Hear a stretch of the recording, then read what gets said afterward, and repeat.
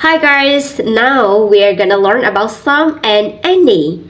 Some and any mean a non-specific quantity. We use some and any with countable nouns and uncountable nouns.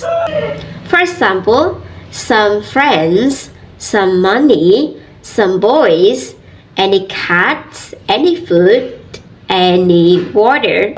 We use some for positive sentences. For examples, I have some money. You have some friends. He has some cats. She has some water. We use any for negative sentences. For example, I don't have any water. You don't have any friends. She doesn't have any money. He doesn't have any cats. We also use any for interrogative sentences.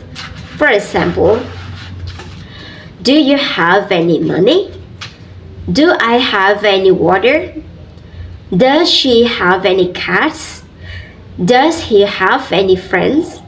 That's all for today, guys. Thank you for watching. Goodbye.